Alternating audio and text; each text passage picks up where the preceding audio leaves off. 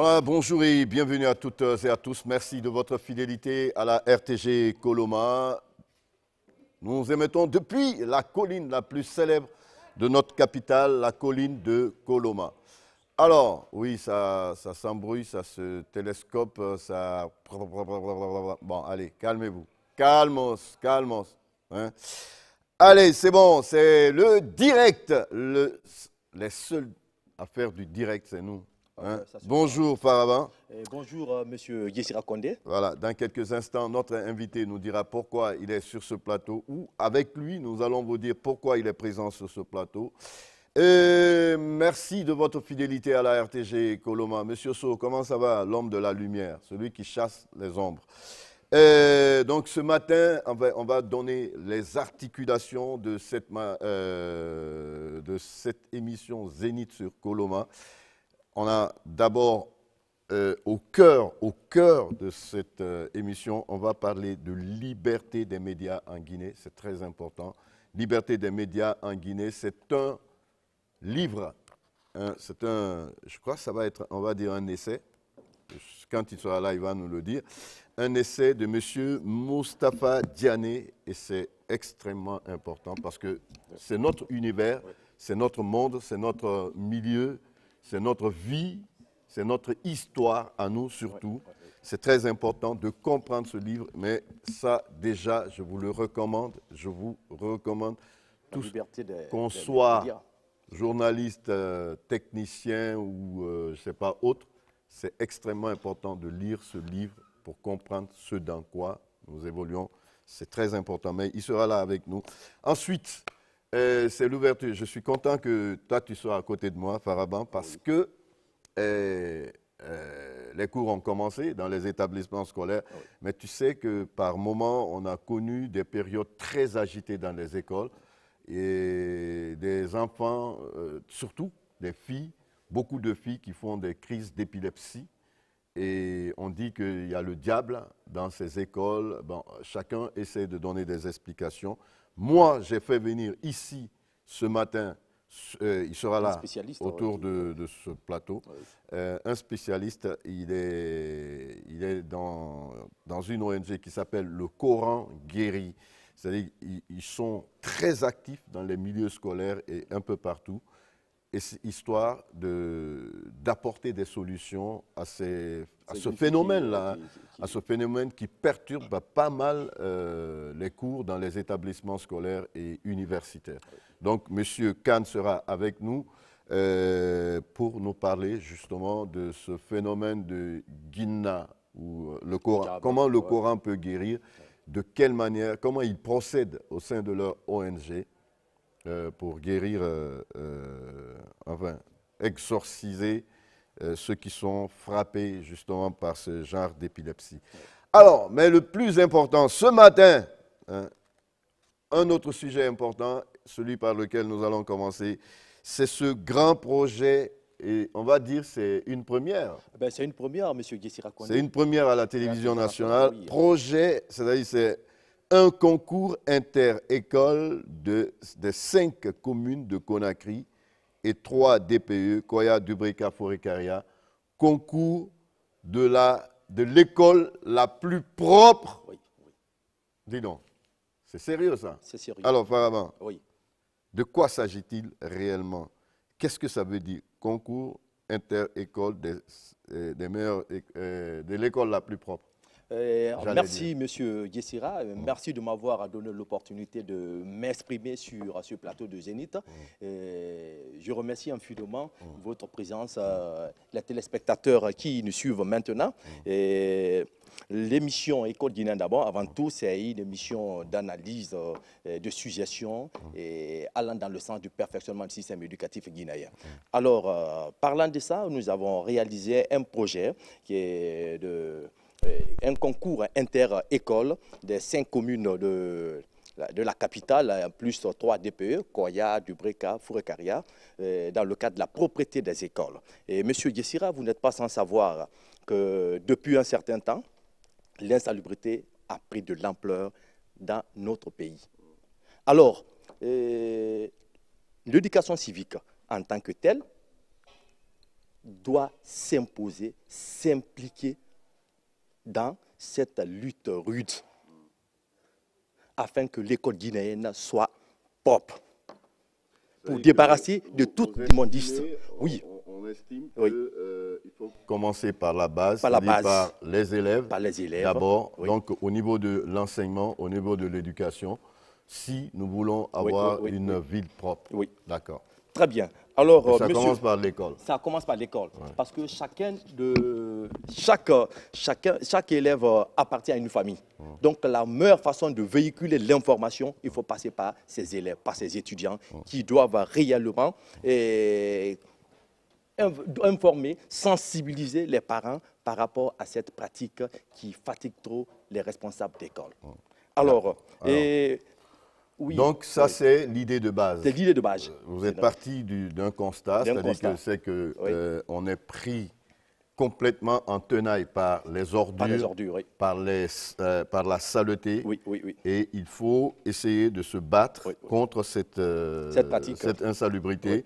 Et il faut le faire déjà en milieu scolaire. Il faut commencer par le milieu scolaire. C'est le meilleur endroit. Peut-être commencer à apprendre à nos enfants à être propres. Donc, d'où l'idée de ce concours interscolaire, moi je vais dire interscolaire. Mais vous n'êtes pas, c'est grâce à la clairvoyance des autorités de la nouvelle direction de la RTG. Je pensais que tu allais dire les autorités de la République. Non, ce n'est pas les autorités de la République. Donc les autorités d'ici d'abord. Voyant que l'émission École guinéenne, c'est une grande émission qui est suivie par tout le monde, qui est suivie ici et partout dans le monde. Et il est bon de changer la physionomie de cette émission en apportant un de plus. En quoi faisant? En organisant un tel concours pour qu'il y ait une émulation entre les écoles et en plus booster les responsables d'école. Ok. Alors, qu'est-ce que vous vous êtes fixé comme objectif? Quels vont être les objectifs? Quels sont les objectifs de ce concours? C'est ce que je suis en train de dire. Les objectifs de ce concours, il y a non seulement booster les responsables d'école, afin de rendre propre leurs écoles. Pérenniser, c'est parce que quand tu rends propre une seule fois, c'est pas ça. Il faudra que l'action soit pérenne. C'est ça d'abord. De deux, il faudra que la cour, bon, je vais essayer de décortiquer, non seulement il y a la cour de l'école, il y a quoi encore? Non, on parlera des critères. On parlera des critères, mais déjà, on reste au niveau des objectifs. On reste au niveau des objectifs. Donc, votre objectif, c'est déjà inciter les écoles à la propriété. Oui, surtout ça. Éveiller les enfants à la propriété. Oui. Très bien. Rendre propres les locaux des écoles. D'accord. Ça, c'est un. C'est ce que dans les locaux, quand lutter tu parles de locaux, les maladies, lutter contre les maladies hybrides qui sont liées à ça. Donc, il faut ça d'abord. Deuxièmement, créer une émulation entre les établissements scolaires et universitaires. Ça, c'est un deuxième aspect. Troisième aspect, c'est de promouvoir le genre.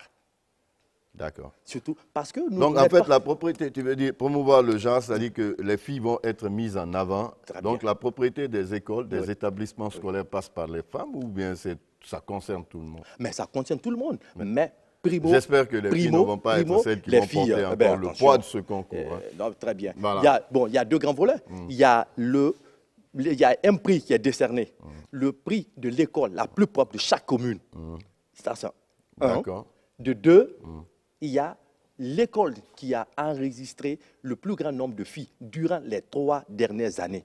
Donc, nous allons travailler en commun accord avec les DCE qui vont nous donner, remonter les informations utiles. Donc, c'est ça d'abord, monsieur. D'accord. Alors, maintenant, on a parlé des objectifs. Maintenant, quel sera le mode de sélection des écoles? Comment les écoles peuvent se présenter à ce concours? Très bien, monsieur Djissira, ça c'est très simple. Est-ce que c'est obligatoire ou bien c'est juste basé sur le volontariat? Donc pour le moment, ce n'est pas obligatoire. Les écoles qui savent qu'elles sont propres, qu'elles peuvent postuler, qu'elles ont envie qu'on parle d'elles, qu'on montre, qu'on les montre comme modèle, la vraie façade de cette école, raison pour laquelle il faut passer par ce projet, par cette émission, pour que les gens sachent qu'est-ce que tu fais dans ton école pour avoir réellement l'attention, pour marquer du moins l'attention des parents, Parce que là où les enfants doivent étudier, c'est ce qu'on appelle esprit sain dans un corps sain. Ils doivent étudier dans un endroit qui est tout à fait débarrassé de toute immondice. Et cela va sans dire que les responsables sont obligés de travailler en amont pour que ces écoles soient propres. Et raison pour laquelle nous avons initié avec la directrice des programmes, je vais dire par là, Aya Diawara, pour que réellement les gens comprennent le fondement de ça. D'accord. Alors, les critères maintenant. Les critères? Quels sont les critères? Les critères. Mais déjà, pour le choix ou la sélection des établissements en compétition, oui. Donc ça peut être une candidature volontaire, c'est-à-dire que chaque école est libre de se présenter à ce concours. Très bien, chaque école est libre de se présenter. Mais ça se fait en passant par les DCE. En passant par les DCE. Il faut passer par parce que les DCE sont là, chaque DCE est le parrain de sa commune. Et comme DPE.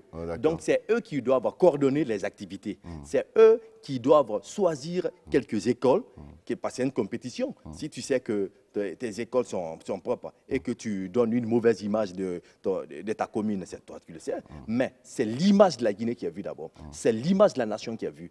Donc, monsieur le DPE, nous sommes avec vous. Faites tout possible pour que l'école guinéenne change de façade. OK. Ouais. Alors, quels sont les critères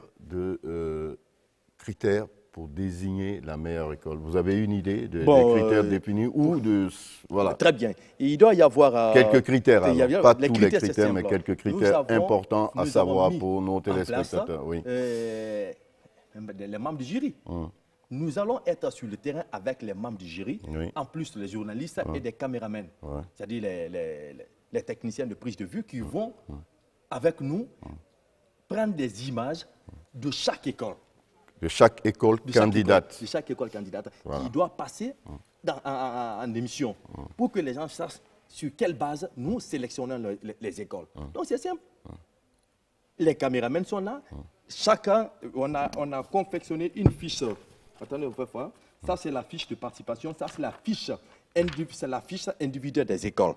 C'est ce qui est devant vous. Et alors, c'est ce que les membres du jury doivent, se munir de ce papier. Oui, il y a le nom de l'établissement, le lieu, la catégorie, l'accessibilité, la cour, la verdure, parce que propriété de la classe, propriété des latrines, et puis, bon, donc tout ça, c'est noté. Tout ça, c'est noté sur 10. C'est noté sur 10, et puis on fait le total, et puis on fait la comparaison entre...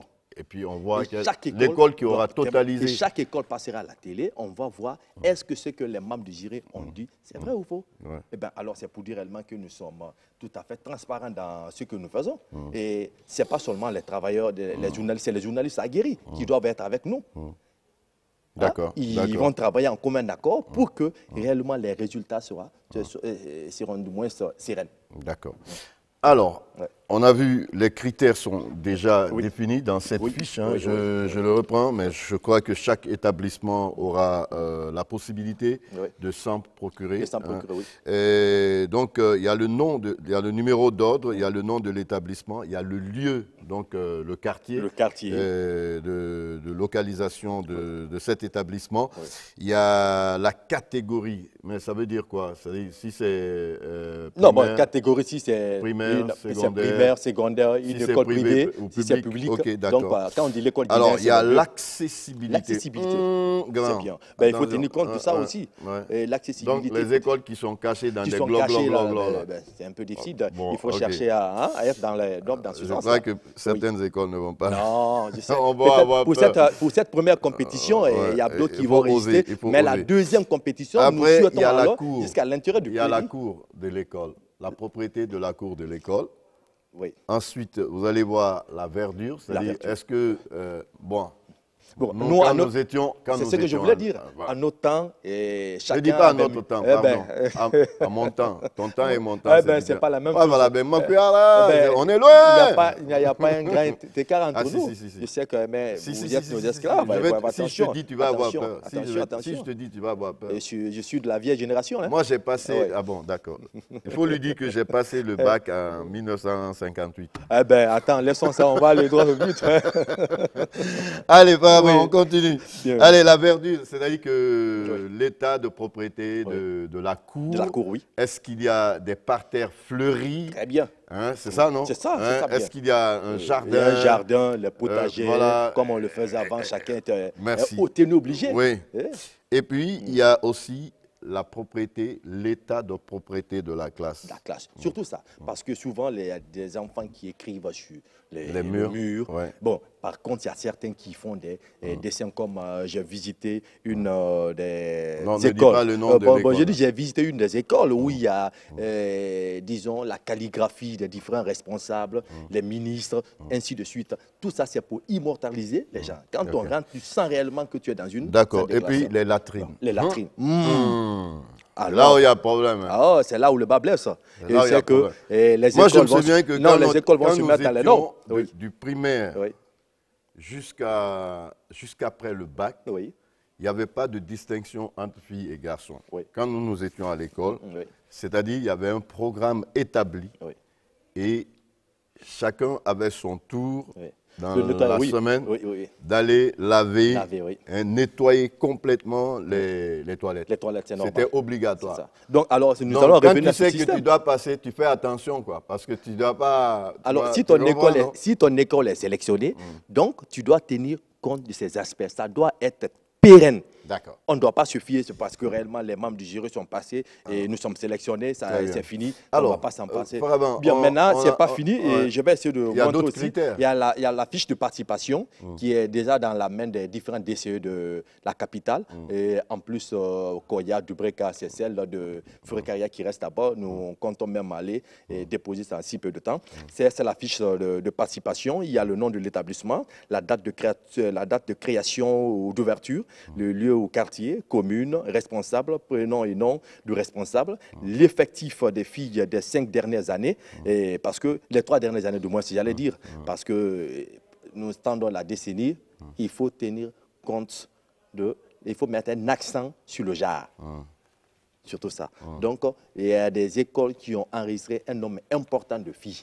Donc, il y aura un prix spécial pour ça. Si tu sais, toi, fondateur qui me regarde, toi, responsable d'école qui me regarde, tu sais que tu as ce talent, tu as tous les atouts pour se présenter. Qu'est-ce que tu attends? Allez-y tout droit dans votre DCE, soit vous venez à la RTG. Nous avons toutes les informations utiles pour que vous participiez à ce grand concours. Okay. C'est ce qui est là, la date limite du moins de dépôt des dossiers. Voilà, je crois bien. la date limite, c'est quand? C'est à partir du 30 octobre de ce mois. 30 octobre. De ce mois. Donc on est le 13, vous avez encore un peu plus d'une quinzaine de jours. Vous avez un peu plus d'une quinzaine de jours pour pouvoir vous inscrire. Oui, oui. Et bon, ne soyez pas fébrile, n'ayez pas peur, participez au concours. De toute façon, gagnant ou perdant, ça vous permet de faire le point et un état des lieux de la propriété dans votre établissement, mais aussi par rapport à d'autres établissements. Comment... Parce que c'est aussi ça, une forme d'évaluation pour chaque établissement par rapport aux autres. Quoi. Ok, alors on va parler de déroulement. Comment tout cela va se dérouler? C'est-à-dire que voilà, les gens ils se sont inscrits. Oui. Voilà, et donc vous avez une équipe, vous avez dit. Oui, c'est ce que je viens de dire. On a une équipe à partir du mois prochain. Et l'équipe est novembre, très bien. L'équipe est déjà formée. Et nous allons. On ne dit pas le nom des gens parce qu'après, il y en a qui vont... On va les corrompre. Voilà. Ben, on ne va pas corrompre, raison pour laquelle je ne veux pas citer les noms.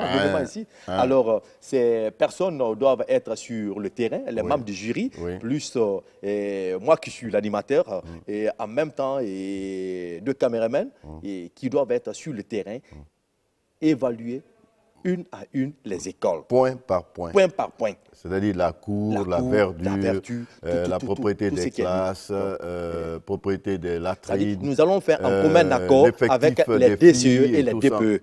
Très bien, les deux cumulés. Nous allons faire en connivalence avec les DPE et les DCE des 5 communes. Là. Donc, on va donner un programme pour chaque commune.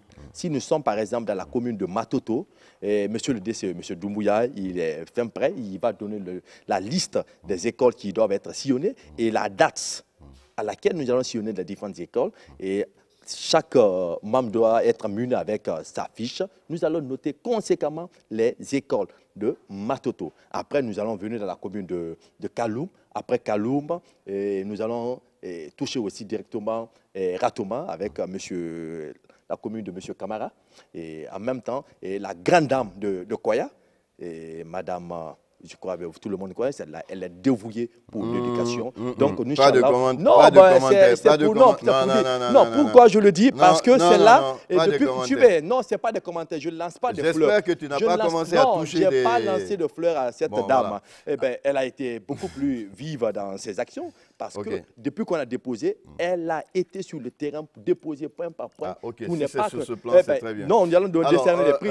Oui, justement, on va voir aussi quelle a été la DCE la plus dynamique aussi. Très bien. Qui va être récompensée. Il faut qu'il y ait au moins des satisfecits pour ceci. D'accord.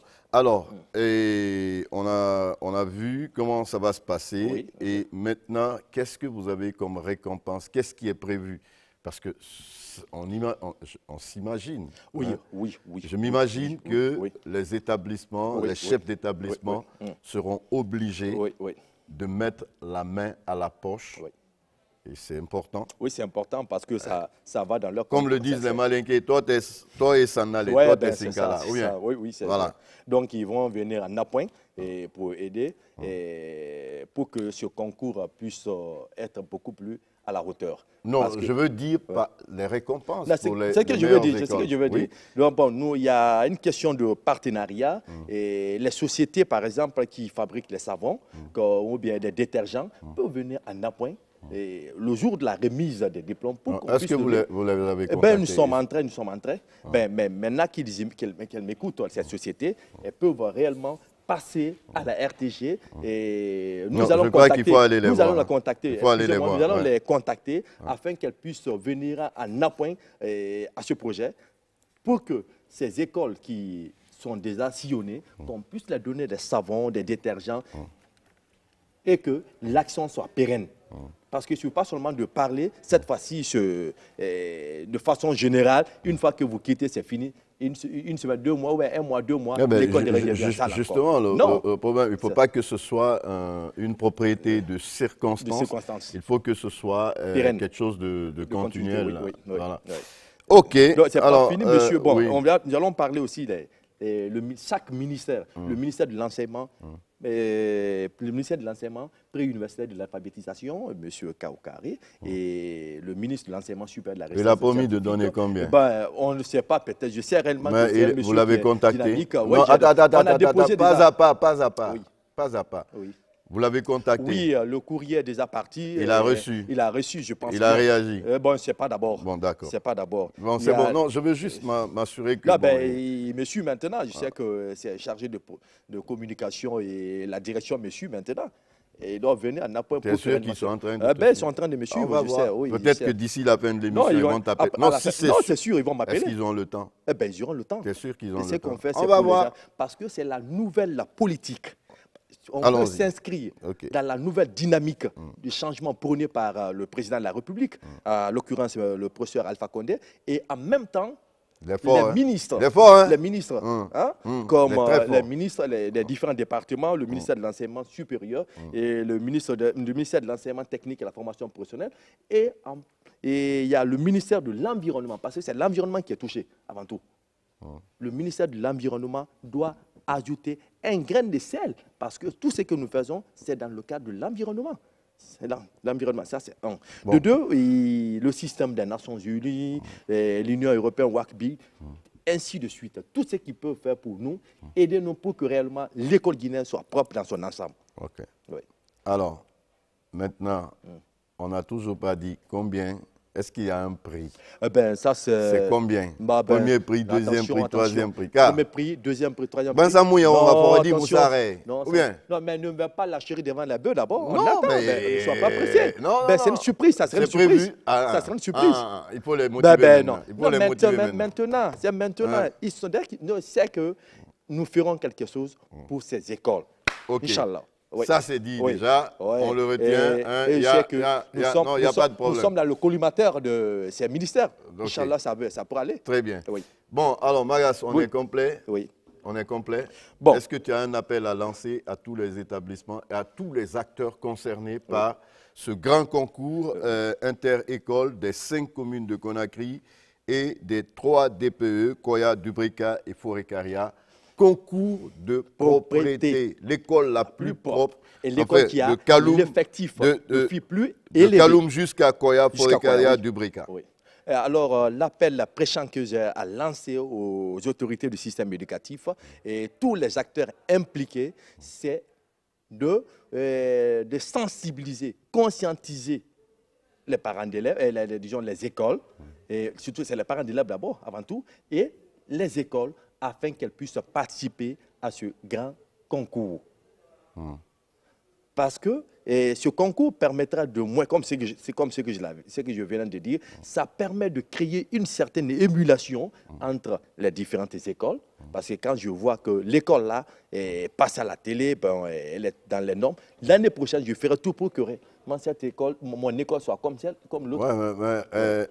Autant l'école est propre, on va la passer à la télé, mais la plus nulle aussi, il faut la passer à la télé. Il ne faut pas que les gens se disent non, je ne me présente pas parce que... Non, ça c'est une l'école la plus propre et puis on va montrer l'école la plus sale. Sale aussi, très bien. Les deux extrêmes. Les deux extrêmes, il n'y a pas de problème. Faut le faire. Nous allons essayer de voir dans, disons, dans son ensemble, d'autres qui vont résister, parce que mon école est comme ça, oui. Qui ne vont pas se présenter, oui. Parce que d'abord, ils sont en mauvaise position. Oui, oui. Et mais si quelqu'un fait ça, c'est simple aussi, c'est d'aller voir pourquoi il ne s'est pas présenté. Peut-être qu'il n'est pas sûr de... non, c'est ça, ça. Mais Inch'Allah, nous, on a besoin de l'accompagnement de toutes et tous afin que ce projet puisse avoir un grand ampleur. D'accord. Alors, merci donc à Magasuba, Faraban Magasuba. Il est animateur, présentateur de l'émission École guinéenne. École guinéenne. Oui. Voilà, que vous recevez, c'est tous les jours? Ouais. C'est chaque semaine? Bon, l'émission École guinéenne, c'est par exemple ce vendredi à 16h et les dimanches à 18h30. Donc c'est tous les vendredis. Tous les vendredis 16h. Et les dimanches 18h30. Et bien, je sais qu'il y a certains qui demandent souvent de mettre la soirée vers les 18h. Mais avec le temps. Non, attends, avec le temps, nous allons essayer de revoir ça. C'est pas eux qui font le programme ici. Alors, avant de 16h, on donne 16h. Permettez-moi, avant le temps. 16h. Oui, 16h. 16h vendredi. Et dimanche à 18h30. 18h30. Dimanche. Oui. OK. Merci. Laissez-moi remercier les autorités administratives de la RTG de m'avoir accompagné humblement dans ce grand projet. Et à l'occurrence, monsieur le directeur général et toute sa suite. Et sans oublier la grande Aya Diawara pour ses initiatives, pour ses innovations. Et nous sommes de cœur avec eux. Inch'Allah, nous ferons tout pour que les choses aillent de plus en plus meilleures. Merci beaucoup. Merci à toi, Faraban, d'être passé sur ce plateau. Je vous rappelle, Faraban Magasuba, venant en provenance de Sigiri, mais animateur, un représentant de Sigiri à la RTG. Non, ouais. Laisse-moi continuer mon show. Laisse-moi faire mon show. Je sais qu'ils sont jaloux. Donc, les Kouanais sont jaloux d'être de l'émission École guinéenne. École guinéenne que vous recevez tous les vendredis à 16h et dimanche à 18h30. Alors, il nous a parlé tout à l'heure du grand concours de propriété qui met en compétition les écoles des 5 communes de Conakry et des 3 DPE, c'est-à-dire les écoles de Koya, bon, ça c'est un premier aspect. Dubrika, deuxième aspect, nous allons aller oui, c'est bien, étape par étape comme ça, ce serait bien. Alors, merci donc à Faraban. On fait une courte pause et juste, on va parler de ça. À tout de suite.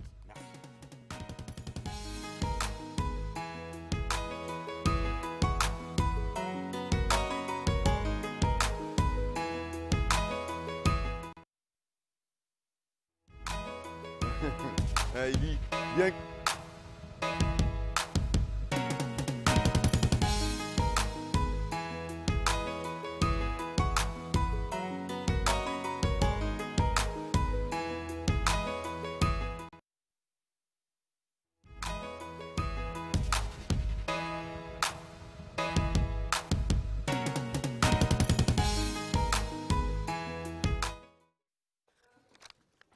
Voilà, retour sur le plateau de Zénith sur Coloma. Zénith sur Coloma que vous recevez fin de matinée, début d'après-midi. Donc, c'est une émission cheville, une émission qui articule deux moments de la journée, en articulation deux moments de la journée. Alors, je vous le disais tout à l'heure, un livre que je recommande à tous les professionnels des médias et puis à tous les hommes politiques, c'est très important, vous allez comprendre. Comme ça, on se connaît, on se comprend mieux. Entre nous, on va savoir qui est qui. Voilà, je vous le présente, ce livre, il est à l'envers, non, il est bien présenté. Donc, ce livre, c'est, voilà, vous l'avez vu, je le lis, Liberté des médias en Guinée, la liberté des médias en Guinée, entre texte et institution, quelle réalité. C'est très fort ça. Alors, Monsieur Nabé, bonjour. Monsieur Diané, pardon. Monsieur Diané, bonjour. Bonjour, monsieur. Donc, vous êtes né en Guinée, précisément à Dabola, comme ils aiment bien à le dire, le centre géographique de la Guinée. Ils pensent que c'est le centre de la c'est pas le centre du monde. Ouais. Donc, vous êtes de Dabola, où vous avez fait toutes vos études jusqu'au lycée. Oui. Et après, vous êtes venu à Conakry pour passer pour faire l'université. Oui. Et vous avez bénéficié d'une bourse ou quoi? En fait, j'ai fait des démarches personnelles pour aller poursuivre mes études en Suisse. Voilà. Et vous êtes allé en Suisse et vous avez... Où j'étais venu avec l'intention de faire des études de droit. Ouais. Alors, vu que le système guinéen du droit n'est pas le même que celui en Suisse, j'ai jugé inopportun de recommencer des études de droit dans un pays où je n'avais pas forcément l'intention de rester.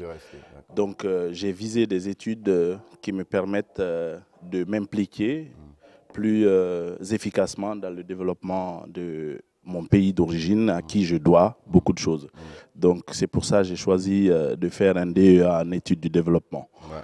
Voilà, donc vous faites un DEA en études du développement. Qu'est-ce que ça veut dire, études du développement? Voilà, les études du développement, c'est apprendre comment s'oriente le développement, comment apprécier le développement, comment trouver les voies et moyens pour apporter des changements qualitatifs dans la vie des peuples et des pays. Donc, mon pays étant un pays sous-développé, il s'est avéré important pour moi donc, de m'orienter vers ces études-là pour apporter mon grain de sel à son épanouissement. Quel lien y a-t-il entre vos études, quelle est la relation entre ce que vous avez fait comme études et ce livre? Voilà, belle question, très belle question, M. Condé. En fait, vous n'êtes pas sans savoir que aujourd'hui, le système de gouvernement, c'est la démocratie, parce qu'on suppose que la démocratie est le moyen de parvenir à un développement équilibré dans les pays et aussi un développement harmonieux, parce qu'il ne suffit pas seulement de développer les infrastructures, mais aussi harmoniser le développement des infrastructures avec le bien-être social et politique, donc la paix sociale et tout ça là. Donc le relationnel entre les études de développement et la liberté des médias, c'est parce que à travers justement l'examen de l'évolution de cette liberté fondamentale inscrite dans le pacte des droits politiques et civiques et aussi dans la Déclaration universelle des droits de l'homme qui en est l'ancêtre, donc permet de voir comment évolue donc, le respect des libertés fondamentales. Donc en quelque sorte, le développement immatériel. Voilà. Donc la paix, la quiétude et oui, de la vie sociale. Est-ce que ça veut dire que la liberté des médias fait partie aussi de ce développement? Bien sûr, c'est-à-dire que même quand nous avons un développement des infrastructures, un développement économique, à quoi il servirait s'il ne profite pas aux populations? Si les populations n'ont pas la possibilité de s'impliquer et de dire ce qu'ils pensent de la gestion du pays.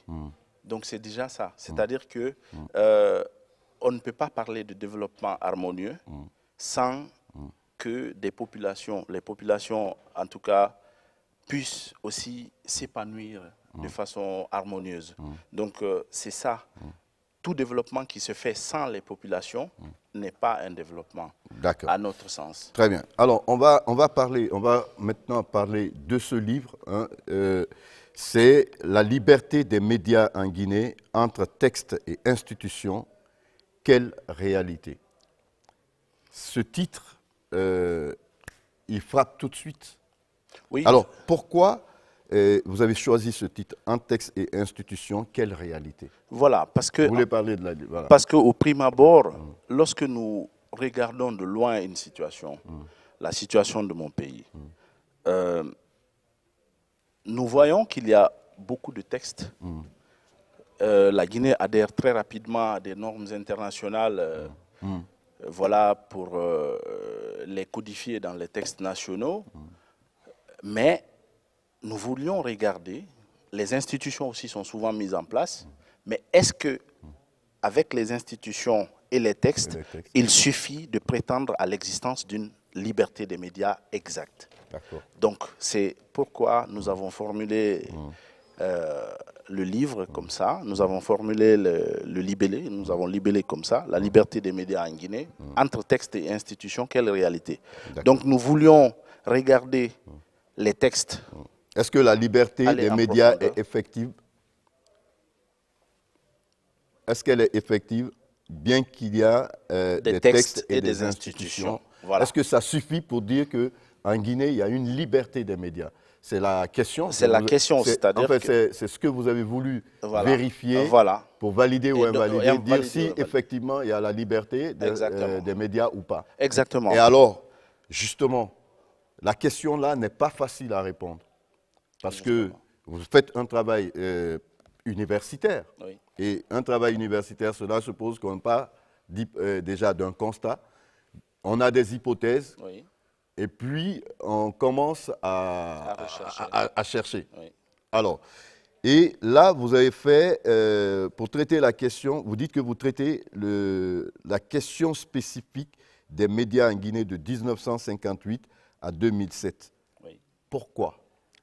Pourquoi? Parce qu'il faut le préciser aux téléspectateurs. Parce que le livre ne parle, c'est de 58 jusqu'en 2007, c'est la tranche que vous avez choisie.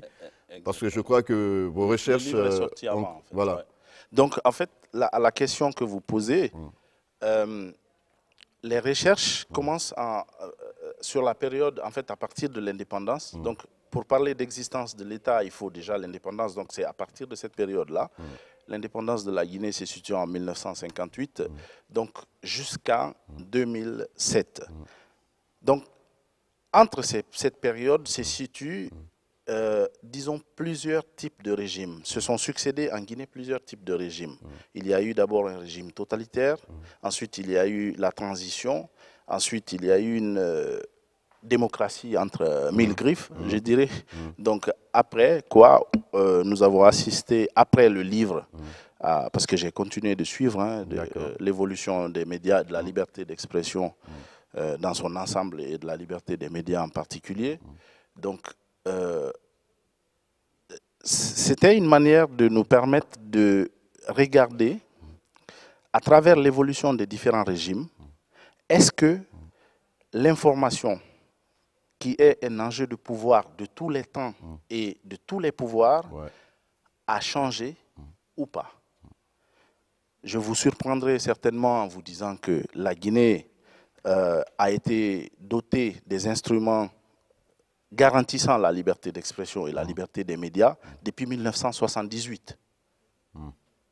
Donc, entre 1978 et les années de redressement et puis la démocratie. Jusqu'en 2007, ça dit que sur 10 ans, en 10 ans, qu'est-ce qui s'est passé? Il s'est passé beaucoup de choses. C'est-à-dire que la Guinée s'est dotée des instruments internationaux pour garantir la liberté des médias. En 78. En 78 déjà. Mais à partir de 78. Vous savez qu'entre 78 et 87, 84, 87 ou même le début des années 90, il n'y avait aucun journal privé, aucune radio ou télévision privée.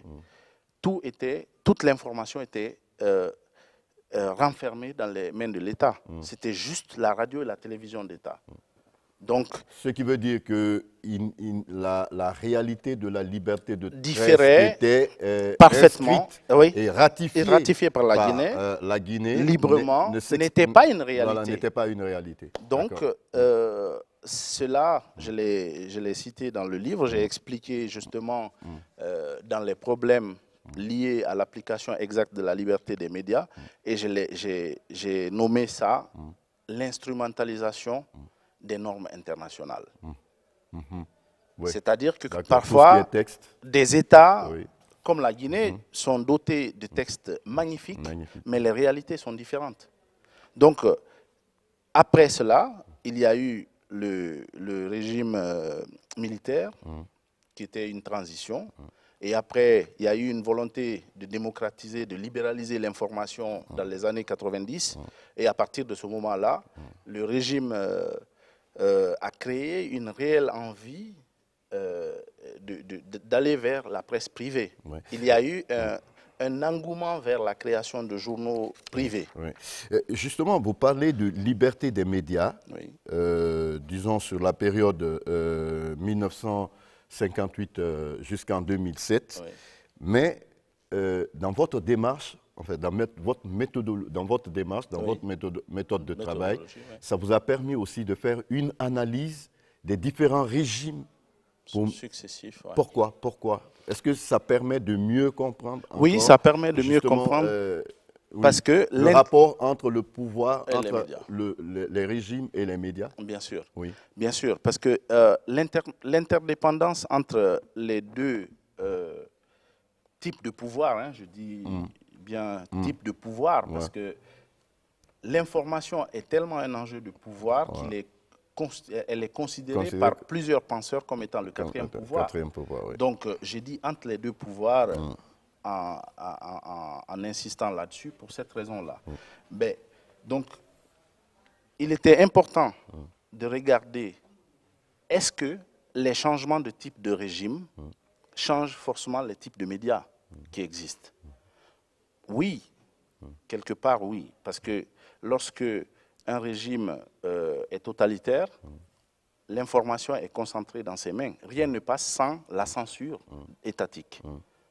Cependant, lorsque l'État est démocratisant ou il est transitionnel, alors il tend à partager le contrôle de l'information avec les privés avec les privés. Les forces d'opposition et les forces d'opposition en quelque sorte. Mais lorsque le pouvoir est démocratique, à ce moment-là, les populations prennent part à la récolte, la saisie et la diffusion de l'information, et personne ne doit être inquiété. Donc, c'est pour ça, en fait, qu'on a voulu regarder à la lumière des différents régimes qu'est-ce qui s'est réellement passé. Nous avons constaté qu'à certains égards, il n'y a pas eu de changement, parce que si les procédés de contrôle de l'information ont été voilés sous certains types de régimes, sous d'autres, ils ne l'étaient pas. C'est-à-dire, sous le premier régime, c'était clair, personne n'avait le droit de donner des informations ou des statistiques sur la Guinée sous peine d'être poursuivi. Cependant, lorsque, dans les années 90, au début des années 90, nous avons prétendu à un système de gouvernement qui était démocratique, le pouvoir en place s'est doté de tous les textes qui donnent la possibilité à toute personne ou groupe de personnes désireuses de diffuser l'information, de la récolter ou de la donner, sans aucun risque d'être inquiété, sans aucun risque d'être limité, sauf par les limites fixées par la loi. Cependant, nous avons bien vu que quelque part, à certains égards, il y a eu des gens qui ont été parfois inquiétés, il y a eu des journalistes qui ont été injustement remplacés ou empêchés dans la poursuite de leur travail. ce qui n'est pas le cas aujourd'hui. Je le dis en connaissance de cause parce que j'ai fait non seulement des recherches bibliographiques irrelatives, j'ai vu, mais aussi... C'est énorme ce que vous avez fait comme aussi recherche. Vous êtes allé très très loin. Une enquête de terrain qui a englobé les avis de professionnels de médias, d'enseignants, de témoins. Voilà, c'est cela. Parce que oui. Aujourd'hui, en Guinée, on peut dire sans risque de se tromper que depuis l'avènement du professeur Alpha Condé à la tête de la Guinée en 2010, la Guinée a fait un bond, je dirais, de plus de 20 ans comparé. Justement, on en reviendra à ça parce que je voulais qu'on finisse d'abord de parler justement de ce livre qui est extrêmement riche en informations et un travail, moi je vous dis, parce que je le suis, c'est un travail universitaire. Je vous remercie. Et vraiment, ça respecte toutes les normes d'un travail universitaire. C'est-à-dire qu'il y a la recherche bibliographique, mais ensuite, vous êtes allé sur le terrain. Et on sent même que parfois, vous prenez des risques. Et j'ai vu des informations ici que je n'avais pas. J'ai vu la liste, par exemple, dans le tableau de la liste des organes existants en Guinée. Mon cher frère, permettez-moi de vous dire que moi, j'ai entendu des noms, j'ai vu des noms que je ne savais pas qui existaient en Guinée. Oui, non, mais pourtant, c'est vrai. Après, j'ai appelé pour savoir, on m'a dit oui, mais effectivement, tout ça, oui, parce que tous les documents que j'ai mis en annexe du livre sont des documents qui ont été récoltés dans les services concernés. C'est-à-dire que lorsqu'on produit une œuvre scientifique, il faut avoir l'honnêteté de dire les choses telles quelles, d'aller prendre l'information à la source, de la vérifier. Et c'est d'ailleurs ce que je reproche aujourd'hui à beaucoup de journalistes ou à beaucoup de personnes qui se prétendent être des informateurs. Des universitaires. Les informations ne sont pas vérifiées, c'est-à-dire que le code éthique et déontologique est jeté à la poubelle par certains professionnels de l'information. Donc, c'est le lieu et le moment pour moi de vous dire que les problèmes liés à l'application exacte de la norme sur la liberté des médias ne se heurtent pas seulement à la résistance du gouvernement, justement, mais c'est surtout les professionnels des médias qui sabotent. Aussi, dans votre démarche, vous avez fait un examen des problèmes auxquels se heurte l'application de la liberté des médias dans leur globalité. Exactement. En fait, ce livre, il traite de tout concernant les médias, en tout cas sur la période de 1958 jusqu'en 2007. Vous essayez de démonter un peu le mécanisme et tous les dispositifs pour ressortir les enjeux et comprendre comment et pourquoi on agit d'une certaine façon et comment même les journalistes ou les organes de presse, les hommes des médias, se laissent aussi absorber par soit l'argent ou par le pouvoir ou par leur propre désir leur propre envie d'ascension sociale. Exactement. Ce n'est même pas ascension professionnelle, mais ascension sociale. Je vois que vous avez bien parcouru le livre parce que c'est cela l'objectif. Ça, je vous le dis. C'est pour ça que je le recommande. J'invite d'ailleurs tout le monde, tout le monde qui s'intéresse à l'histoire des médias ou de l'évolution de la liberté d'expression en Guinée à s'en procurer chez l'Harmattan pour comprendre exactement ce qu'il s'est passé. Et aujourd'hui, ce qui m'impressionne, c'est le fait que beaucoup de réalités, ou la plupart de ce qui est décrit dans ce livre, sont encore d'actualité. Justement, c'était entre 1958 et 2007. Mais ces réalités persistent et existent encore aujourd'hui. C'est comme si c'était encore aujourd'hui. Voilà, le livre est sorti en 2015 parce que lors d'un de mes séjours en Guinée en 2013, j'ai remarqué justement que les canaux de communication, les canaux de l'information étaient multipliés au nombre de 3 ou par 4, voire. Cependant, les problèmes que j'avais constatés lors de mon enquête de terrain en 2007 étaient encore des réalités, et parfois même plus graves. Parce que j'ai écouté des émissions ici où des journalistes, certains journalistes de radio privée n'hésitaient pas à dire qu'ils doivent beaucoup aux hommes d'affaires guinéens, aux commerçants qui les nourrissent, qui ont envoyé leur mère à la Mecque. Oui. Et voilà.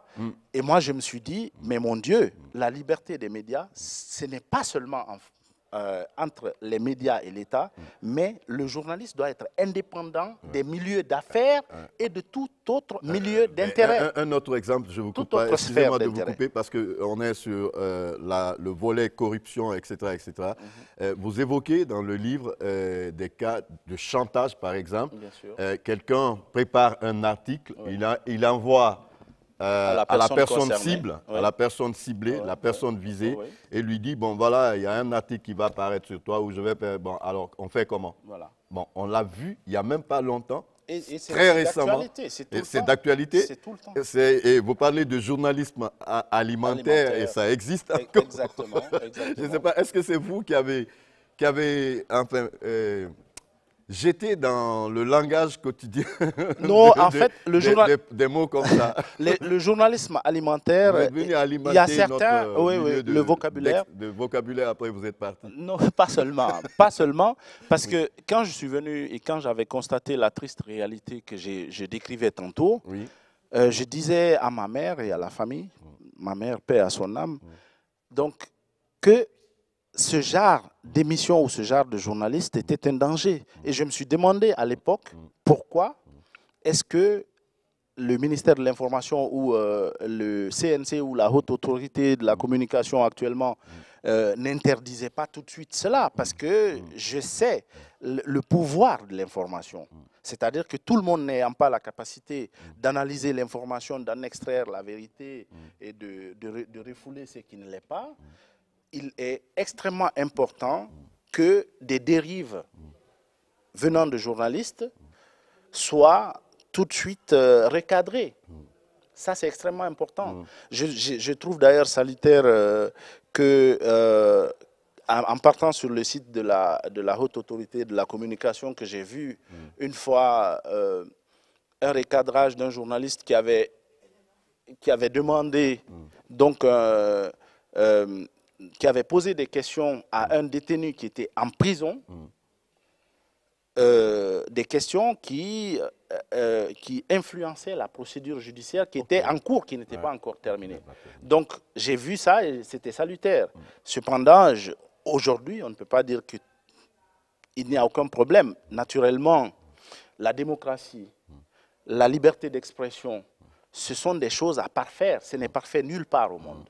C'est-à-dire que moi, j'ai vécu dans un pays où, j'ai étudié et vécu dans un pays qui est considéré comme étant l'une des plus grandes démocraties, parce que vieille et grande démocratie, parce qu'il y a un canton en Suisse où, jusqu'à présent, en fait, jusqu'à mon dernier souvenir, on votait à main levée. Donc tout le peuple avait le droit de dire ce qu'il veut tout de suite. On ne se cache pas, on n'a pas besoin de bulletins secrets. Voilà, mais cependant, dans ce pays-là, on ne peut pas dire tout ce qu'on veut dire. C'est-à-dire que, comme le disait Boubero dans une émission sur France 3 en 2006, en octobre 2006, il n'y a pas de liberté sans responsabilité. Donc, que ce soit les professionnels de médias, que ce soit les leaders d'opinion, il faut que les gens, quand ils parlent, réfléchissent à leurs responsabilités, de dire ce qui est vrai, de ne rien dire qui ne soit pas vérifiable, et surtout de penser à la paix et à la cohésion sociale. Parce que l'objectif du système démocratique, c'est aussi cela.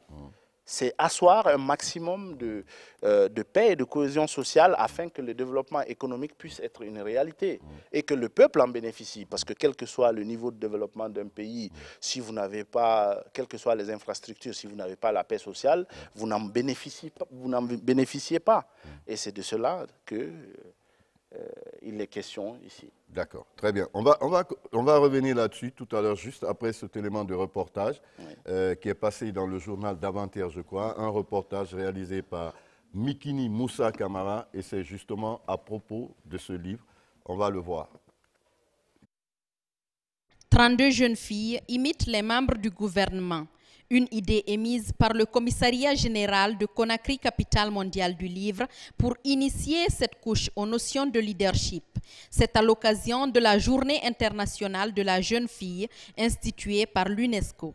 Dans le calendrier de Conakry, capitale mondiale du livre, nous avons fixé des journées à célébrer.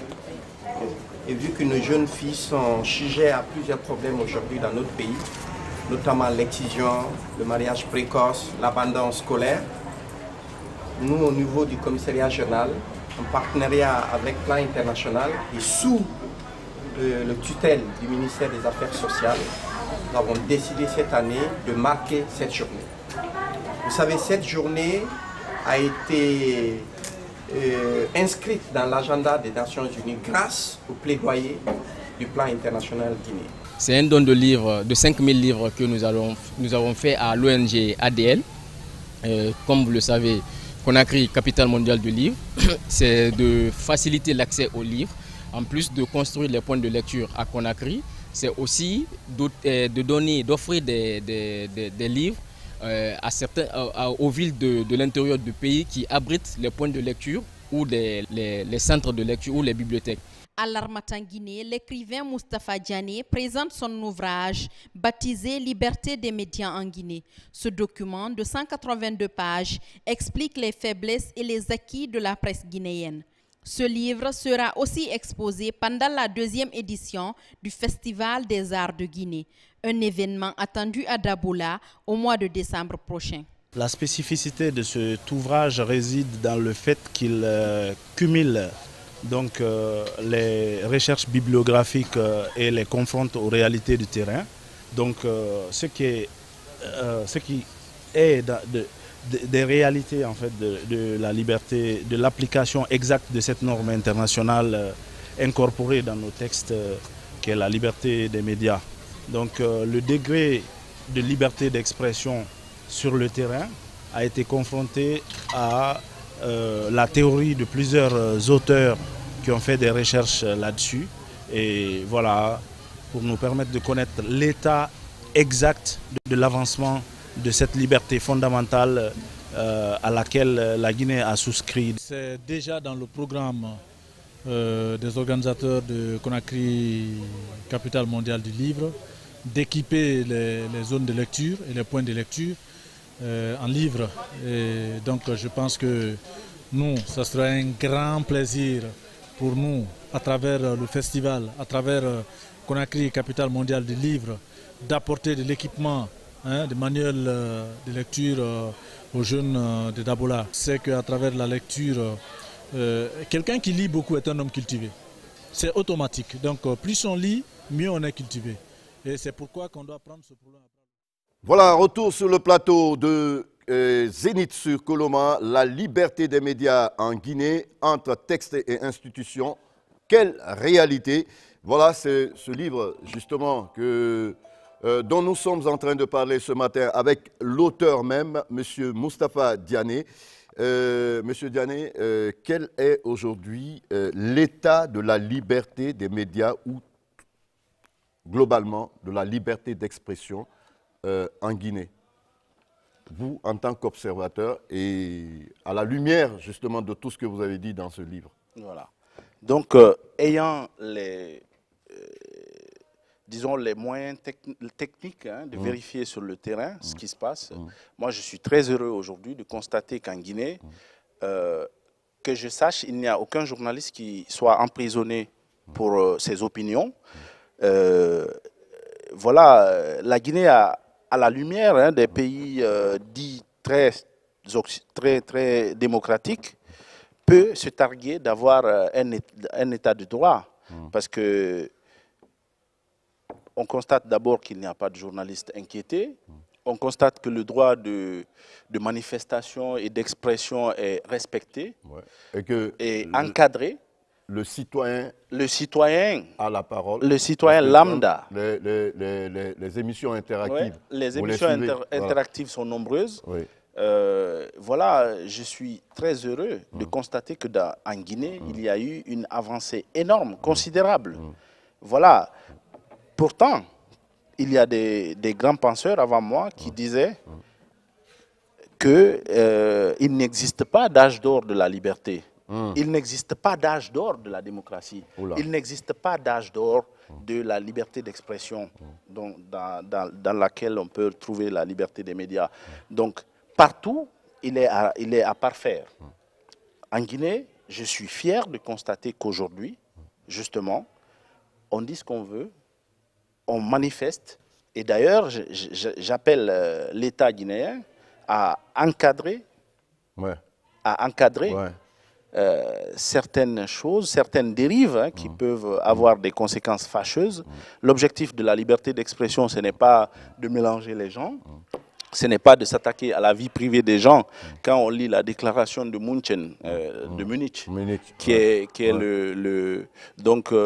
doit être le vade-mecum de tous les journalistes, il est décrit les devoirs et les droits des journalistes.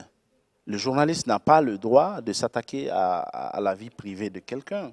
C'est bien dit, mais c'est le contraire de ce qui se fait ici. Le journaliste a l'obligation de dire la vérité, de chercher la vérité et de la dire, quelles qu'en soient les conséquences pour sa personne. Et quand on regarde cette déclaration de München, qui est très simple, c'est 10 devoirs et 5 droits pour le journaliste, je me demande, est-ce que certains journalistes en Guinée lisent cela? Et c'est cela qui doit être le vade-mecum. Donc aujourd'hui, je suis heureux de constater qu'en Guinée, il y a une réelle liberté d'expression et la liberté des médias est une réalité. Pas seulement par le nombre de canaux d'information, mais aussi par le contenu même des émissions que j'écoute. Voilà. Merci bien, M. Moustapha Diané. Je vous rappelle que M. Moustapha Diané est né en Guinée, à Dabola, dans la ville où il a effectué ses études primaires et secondaires avec succès. Et puis, il a fait l'université à Conakry. Il a fait un DEA, diplôme d'études approfondies, à l'université qui correspond à un master maintenant. Un master avancé, en études du développement à l'Institut des hautes études internationales et donc, de Genève. C'est un livre qu'il faut, que je vous recommande, les enfants, il faut lire ça. Vous allez comprendre pourquoi on fonctionne d'une certaine manière. C'est notre fonctionnement qui l'a démonté. Chacun trouvera sa part dedans. Pas que vous. Tout le monde. Tout le monde. Tout à fait. L'ambition, c'était aussi ça, que l'étudiant puisse être orienté dans ses recherches, que le journaliste ou l'homme politique puisse comprendre le fonctionnement de la relation dialectique entre médias et pouvoir. Argent, médias et argent. Aussi, que l'acteur international qui s'investit dans le développement démocratique de la Guinée ou même le développement économique puisse comprendre aussi comment fonctionne cette liberté en Guinée et qu'il serve de cadre en fait à l'investissement dans ces domaines-là. Donc, en tout cas, merci. C'est avec beaucoup de plaisir que j'ai lu ce livre. C'est vrai que je l'ai survolé, mais bon, je vais revenir là-dessus plus tranquillement, plus posément. Parce que ça vaut le coup de l'enseigner dans les établissements, surtout de journalisme. Je vous remercie. Il est accessible donc à l'Harmattan en Guinée. Il est accessible dans toutes les bibliothèques en France, en Suisse et en Belgique. Donc voilà, le prix. Le prix est aussi abordable et pendant ces périodes, en Guinée, nous avons réduit le prix à 50%. Alors du coup, tout le monde peut se l'offrir. Bon, 20 euros, ça fait 200 000. Normalement, c'est 100 000. 100 000. Oui, aujourd'hui. 100 000 pour comprendre et apprendre, je crois que c'est rien, quoi. Merci beaucoup, M. Diané. Je vous remercie, M. Condé, de l'invitation. On vous souhaite bon vent et surtout longue vie, ou comment on dit, bon chemin, bonne voie bonne continuation. à votre livre, bonne continuation à votre livre. Il faut que ça circule partout. J'ai envie de continuer les recherches d'ailleurs là-dessus, sur le sujet. Et puis il y a un autre livre qui est aussi en cours. Et puis je voudrais informer aussi que pour le moment, nous n'avons pas pu faire la présentation officielle pour entrer en profondeur du livre. Nous allons la faire, mais voilà, peut-être en décembre, nous allons faire la première du livre à Dabola au compte du Festargui. Donc, je vous remercie, M. Condé. Merci, M. Diané. Est-ce que vous croyez au djinn, au diable et tout? Ben, écoutez, je suis africain, je n'ai pas renoncé à mes valeurs. Voilà, surtout que vous êtes Diané. Quand on dit Diané, c'est marabout, non? Voilà, je suis de la famille maraboutique. Voilà, famille maraboutique. Alors, voilà. j'ai en face de moi, non, bon, il n'est pas marabout, mais M. Kane est spécialiste des questions, parce que je ne sais pas si vous avez entendu parler de ça, souvent, dans les établissements scolaires, il y a une période où les cours sont complètement perturbés, parce que des filles font des crises d'épilepsie. Et oui, c'est répandu surtout chez les filles, mais ça peut s'enchaîner pendant 3, 4, 5 mois dans l'année. Tantôt c'est à Kaloum, après on dit que le diable s'est déplacé. Donc M. Kane est spécialiste vraiment d'exercice de guérison par la voix du Coran. Donc je crois que ça ne va pas vous déplaire. Là, ça me plaît beaucoup, merci. Voilà, donc merci beaucoup à vous, M. Diané. Donc on va dire bonjour à M. Kane. M. Kane, bonjour. Bonjour. Voilà. Alors, vous êtes dans une ONG qui est spécialisée dans la guérison par le Coran. Et ce n'est pas seulement des crises d'épilepsie, mais vous guérissez beaucoup d'autres maladies, mais surtout psychiques et psychologiques. Effectivement. Oui, allez-y. Merci de l'invitation, que Dieu bénisse. Comme vous aviez dit, nous sommes dans une organisation dénommée l'ONG médicale Le Coran Guéri, dont le fondateur, le Cheikh Ben Halima Abdou Raouf. Notre ONG est implantée dans plus de 40 pays. En Guinée, nous avons 28 centres. Notre objectif, c'est de contribuer à la politique socio-sanitaire de notre population. Et c'est pourquoi nous avons quand même ces dernières années intéressé beaucoup sur les crises hystériques. Les appelons ainsi parce que quand nous parlons de crises hystériques, là au moins la médecine nous laisse le passage. Parce que là, il parle de l'épilepsie, des crises, bien que Hippocrate, le père fondateur de la médecine moderne, disait qu'il existe 2 types de crises. C'est les crises causées par la contraction des nerfs. Ça, les neurologues s'en occupent. Maintenant, les crises qu'on appelle maladies divines, disaient les anciens médecins, et qu'on appelle les crises hystériques, ça, au moins, la médecine sait que quand ça se passe, ils cherchent des excuses souvent. Et c'est de là que nous parlons à travers la foi islamique, de toutes les religions d'ailleurs. On peut dire les crises hystériques, on parle d'une liaison entre des esprits, c'est-à-dire nous croyons qu'il y a d'autres créatures qui n'est pas seulement celui de l'homme qui est visible, qui est démontré par les rations. Nous pouvons dire que c'est la foi, la conviction, que c'est de là qu'on parle des djinns. Et le Coran nous dit qu'ils sont créés du feu. Le feu, c'est de l'énergie. Alors l'homme est conçu de la matière et de l'énergie enseignée en instinct. Nous pouvons alors voir quelque chose de réciprocité entre les deux qui est proche. Alors lorsque l'homme est possédé par ces esprits-là, qu'on appelle les djinns, qu'on appelle les diables, qu'on appelle de toutes les langues, et dans nos langues locales, djinna. Alors, lorsque l'homme est possédé directement, il peut passer à des actions incontrôlables. Alors, le Coran dit,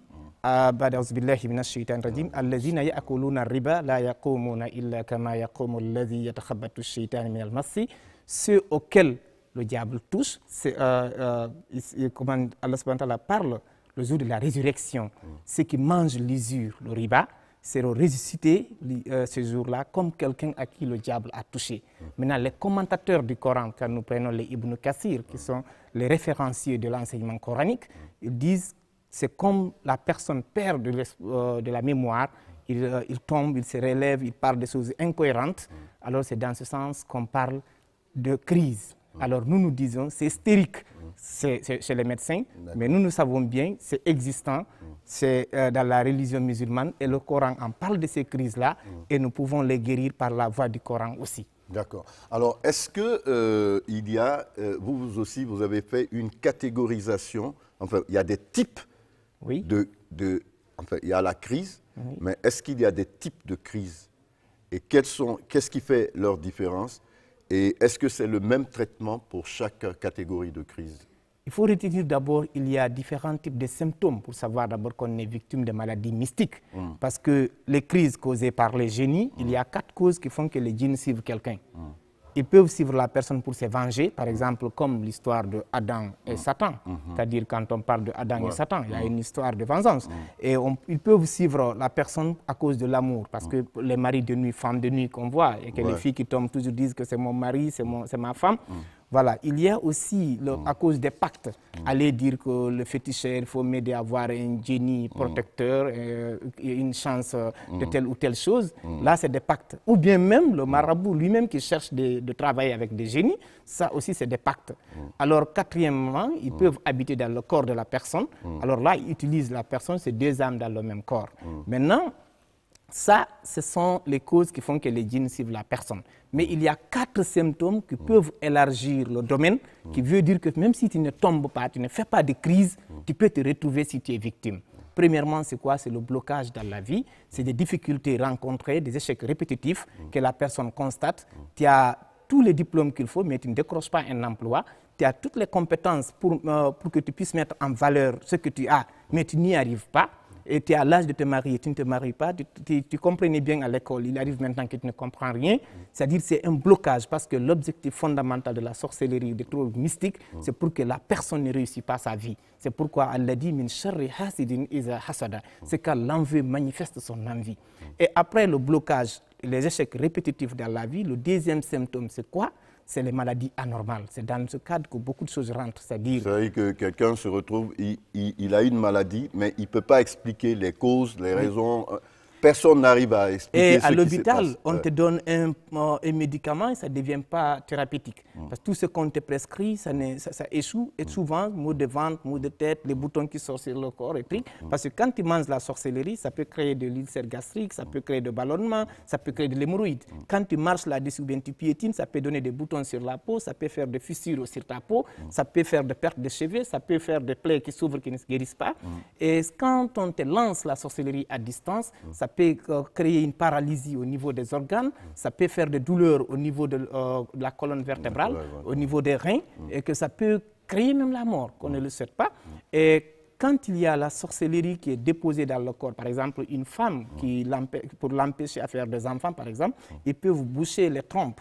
Quand ils bouchent les trompes, la femme, elle va beau se soigner, mais elle ne va pas se procréer. La raison est que les symptômes qui peuvent les signes qui peuvent nous décrire qu'effectivement que cette femme ne fait pas des enfants parce qu'elle a été maraboutée, ensorcelée, c'est quoi? Premièrement, elle va constater une perturbation des règles. Parce que quand les ovaires sont bouchés, la quantité d'ovules qu'il fallait en avoir pour rester 28 jours et que la personne voit ses règles, elle constate maintenant ma période.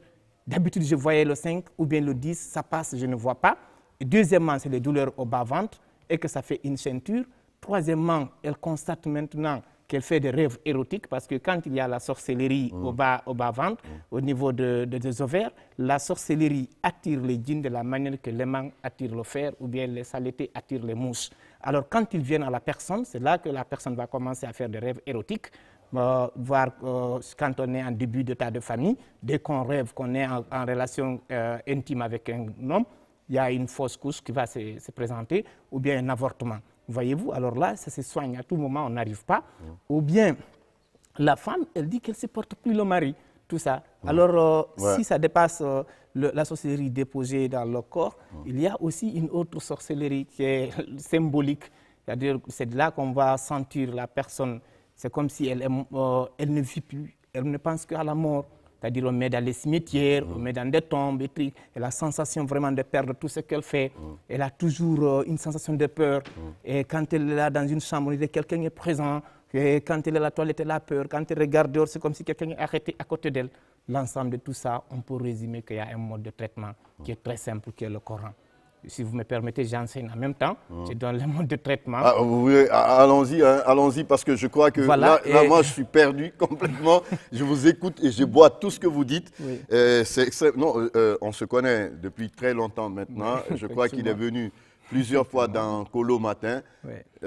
C'est bien, j'ai tenu à le faire venir dans Zénith aussi, parce que je sais qu'il y a un public qui s'intéresse à cette émission et qu'il est important de l'informer, de lui dire qu'effectivement, vous êtes là, votre ONG est là. Merci. Vous venez d'évoquer les différents symptômes. Je crois que beaucoup parmi nous, beaucoup de tous ceux qui sont avec moi ici, même Boy qui est là-haut, là, il doit se dire, mais pourquoi chaque fois que je dis à une femme, je vais... Non, lui, son problème, c'est ça. Il dit à une femme, je veux t'épouser. 2 jours après, il est découragé. Il veut une autre. Après, il veut une autre. Après, il veut une autre. Après, il veut une autre. Après, il veut une autre. On trouvera bon, maintenant, il faut qu'il se marie. Point. Voilà, voilà. Alors, quand on constate, chers téléspectateurs, quand on constate vraiment le blocage dans la vie, les maladies anormales et les troubles d'état mentaux anormaux tels que les crises hystériques que les filles font à l'école ou bien la folie, je ne le souhaite pas, et les cauchemars, rêver qu'on vous pourchasse, vous bagarrez avec les gens, vous rêvez de l'eau, vous rêvez de mari de nu, femme de nu, de serpents, de chiens, etc. Vous allez simplement chercher un bidon d'eau, ne reste que, même si c'est un bidon de 20 litres, vous mettez devant vous, vous prenez votre Coran, vous lisez le chapitre 1, la Fatiha, et vous ajoutez le verset 255 qui est Ayat al-Kursi, le verset du trône, et vous prenez aussi Qul Huwallahu Falaq Nas. Excusez-moi, Monsieur Khan, là vous êtes très rapide. Est-ce que vous pouvez aller doucement? Quelle est la solution? Donc un bidon de 20 litres. 20 litres. Vous pouvez déposer devant vous et vous prenez le Coran. 1, la Fatiha. 2, Ayat al-Kursi. Qul Huwallahu Falaq Nas. Et vous ajoutez des versets spéciaux parlant de la sorcellerie sur l'histoire des sorciers de Pharaon et le prophète Moïse, Nabillahi Moussa. Et qui se situe au chapitre 7, Al-A'raf, au verset 117 jusqu'à 122. Après le chapitre 10, Yunus, au verset 81 jusqu'à 82, et le chapitre 20, Taha, au verset 68 à 70. Vous lisez tout ça 11 fois ou plus dans le bidon, sur le bidon qui est devant vous, vous soufflez, vous prenez ça, vous vous lavez, vous demandez Dieu de vous accorder la guérison. Si c'est les blocages, vous aspergez votre lieu de travail. Si c'est, comment dirais-je, une maison hantée, vous aspergez dedans. Et partout, si c'est vos enfants qui sursortent la nuit, vous les lavez, vous aspergez la chambre de tous les coins. Alors, quand vous le faites ainsi, vous les avez sachés les esprits par la parole d'Allah. Et Dieu, quand vous devez savoir, Allah subhanahu wa ta'ala a dit لو أنزلنا هذا القرآن على جبل لرأيته خاشعا متصدعا من خشية الله. Si nous faisons descendre le Coran sur une montagne, elle va se fendre et s'humilier de peur. Alors, rien ne peut résister là-dessus. C'est comme si vous avez pris de l'eau, vous avez versé sur le feu. Allah dit وَيُنَزِّلُ عَلَيْكُم مِّنَ السَّمَاءِ مَاءً لِيُطَهِّرَكُم بِهِ وَيُذْهِبَ عَنكُم رِجْزَ الشَّيْطَانِ وَلِيَرْبِطَ عَلَى قُلُوبِكُم وَيُثَبِّتَ بِالْأَقْدَامِ. Ce verset a été descendu comment? La guerre de Badr, c'était la première bataille des musulmans. Quand ils sont venus, ils sont endormis. Les esprits, les shayatines sont venus suivre les compagnons. Alors Dieu a fait descendre une pluie qui les a nettoyés, qui les a purifiés. Alors c'est la même chose aussi, quand tu te laves avec l'eau du Coran, tu vas enlever tout ce qui est de la parole satanique, parce que la sorcellerie, c'est des paroles sataniques. Ce qui peut nuire, ça, c'est la parole de Dieu.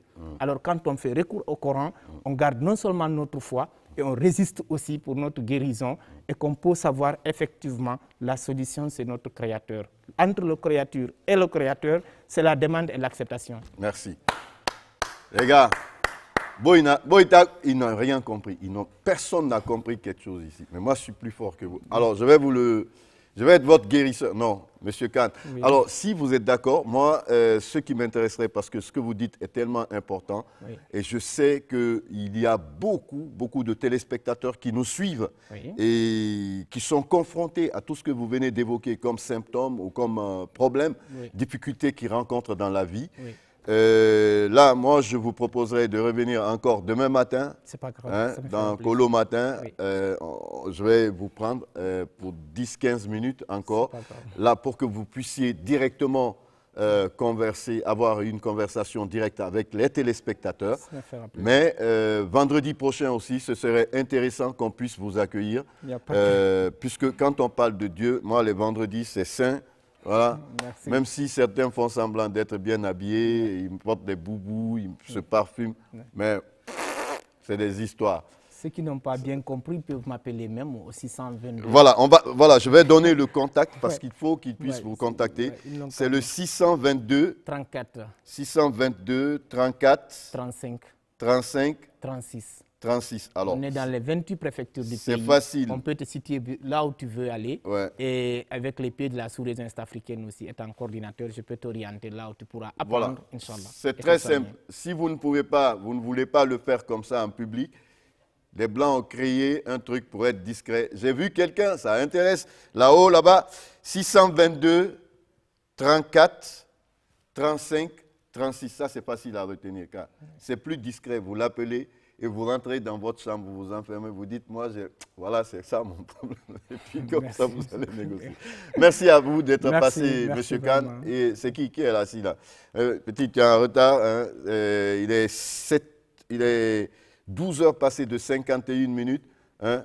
Monsieur Khan, qu'est-ce que vous avez à donner comme... Est-ce que vous avez un conseil à donner aux gens maintenant directement? On a 4 minutes pour ça. Ce que je peux vous dire vraiment, c'est de croire en Allah, savoir que Dieu est la solution. Le Coran et la foi, ce sont les moyens nous permettant à mieux réussir cette vie ici-bas. Tout ce qu'on vous demande, des sacrifices de moutons noirs, poulets rouges, tel sacrifice au carrefour, dans les rivières, laissez tout ça, revenez autour de votre Coran, soyons des hommes serviteurs à Dieu. Vraiment, nous n'avons pas besoin de ces arts de sacrifice. Allez voir les tombes, attachées, suspendre devant la porte et sortir. Tout ça, ce n'est pas de la foi. Ça nuit tout ça là, ça nuit notre foi islamique. Revenez autour du Coran, que Dieu nous protège et qu'on soit des musulmans sincères. Qu'Allah bénisse la RTG. Merci beaucoup, M. Khan. Et donc, pour tous ceux qui veulent le voir, je vous donne le numéro, le 622 34 35 36. Vous l'appelez et forcément, quelqu'un va décrocher. Mais demain matin, il sera avec nous dans Colo Matin. De l'autre côté, sur la télévision nationale, de 7h à 9h. En tout cas, dans l'intervalle 7h-9h, M. Khan sera là avec nous et vous pourrez directement échanger avec lui via le téléphone ou par texto. Voilà, merci M. Khan d'être passé. On se retrouve donc demain matin, c'est fini pour aujourd'hui. Rendez-vous demain, bon vendredi saint à tout le monde et prenez soin de vous. Au revoir.